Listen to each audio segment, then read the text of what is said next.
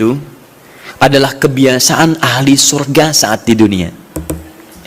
Jadi kalau Anda ingin melihat ahli surga yang hadir di dunia, salah satunya lihat kebiasaan sholat malamnya.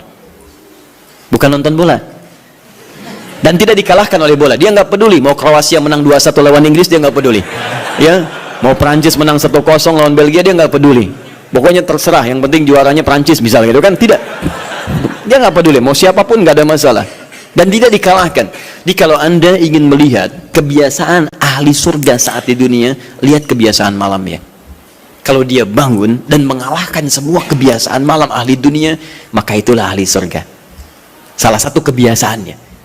Ya, kalau nanti turunan dari tahajud yang muncul, nanti saya terangkan. Yang berhasil tahajud, ciri-cirinya begini. Jadi jangan dilihat setiap yang malam sholat, itu disebut ahli tahajud. Belum tentu, ada ciri-cirinya.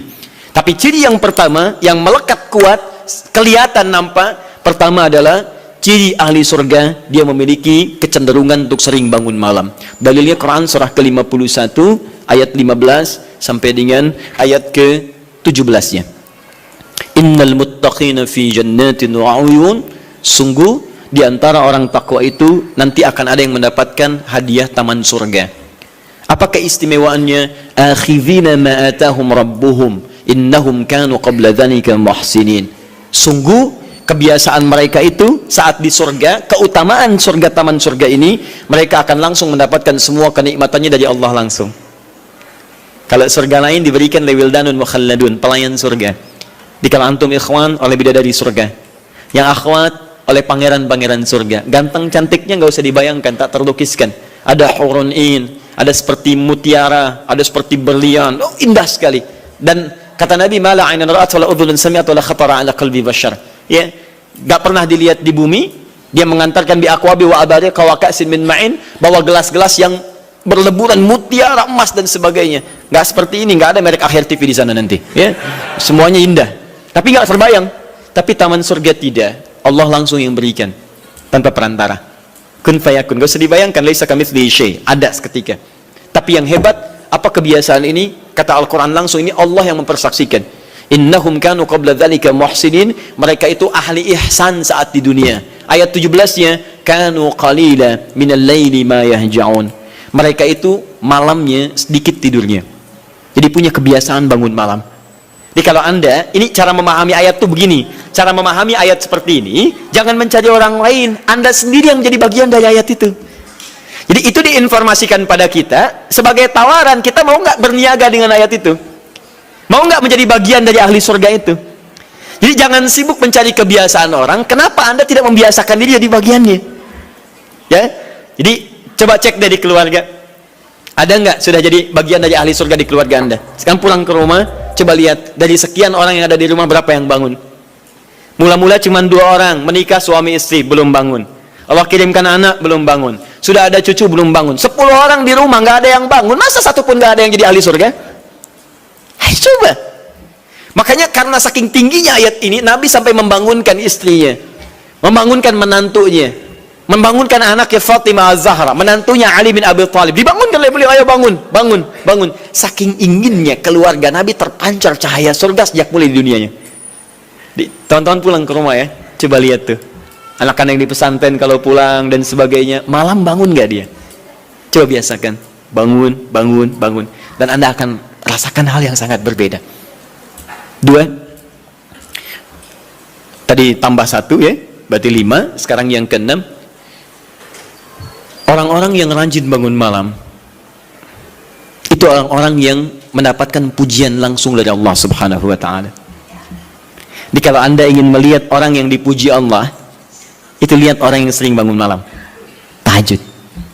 Di antara dalilnya Quran surah ke-32 ayat ke-16. Tatajafa junubuhum 'anil madaji' yad'una rabbahum khaufan wa tama'a wa mimma razaqnahum yunfiqun. Setelah kita sujud itu ayat sajadah, Allah terangkan.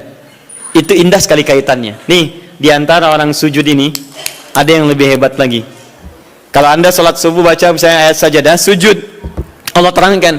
Di antara sifat orang yang rajin sujud ini adalah orang-orang yang rajin tahajud. Tatajafa junubuhum 'anil madaji'. Mereka sering menghindari tempat tidur di malam harinya. Maksudnya apa? Rajin tahajudnya. Ada orang-orang yang dipuji oleh Allah Subhanahu wa taala karena kebiasaan malamnya dia menghindarkan diri dari tempat tidur. Maksudnya bukan nggak tidur, ya, rajin bangun malamnya. Rajin bangun malam. Bapak Ibu kurang apa lagi ya? Kalau ada orang dipuji misalnya saat di dunia, presiden memuji seseorang, artinya presiden menyukai dia.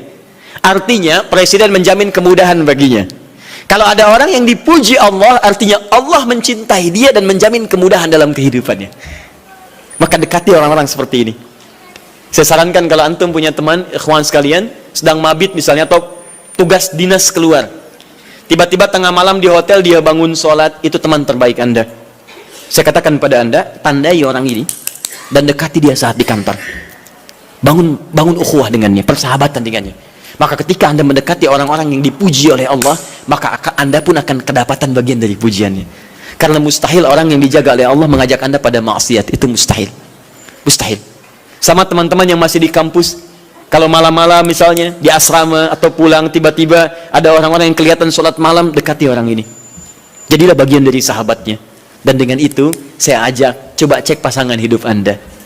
Jangan-jangan selama ini Anda berdua belum mendapati sesuatu yang terbaik.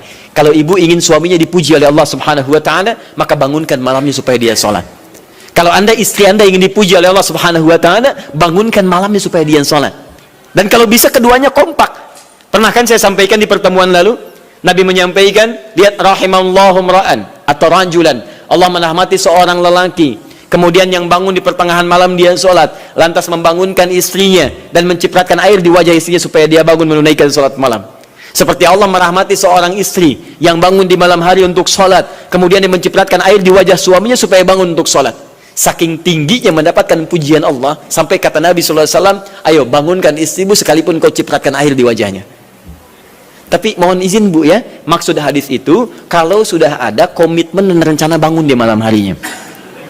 Ingat ya, bukan ibu ngaji sekarang suami nggak hadir, terus dengar itu terus nggak punya rencana. Aduh, saya pengen suami dipuji Allah, masya Allah, malam-malam segayung Pak. Mama kenapa? Hadis Nabi Pak. Oh hadis Nabi. Aduh, siapa yang ngajarin? Nah, itu yang repot. Paham ya? Baik, sudah yang terakhir.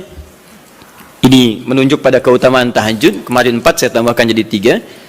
1, masih ingat tadi yang pertama apa? Allah Subhanahu wa taala menjamin ia sebagai ahli surga, kebiasaan yang ada di dunia. Yang kedua, Allah memuji orang ini.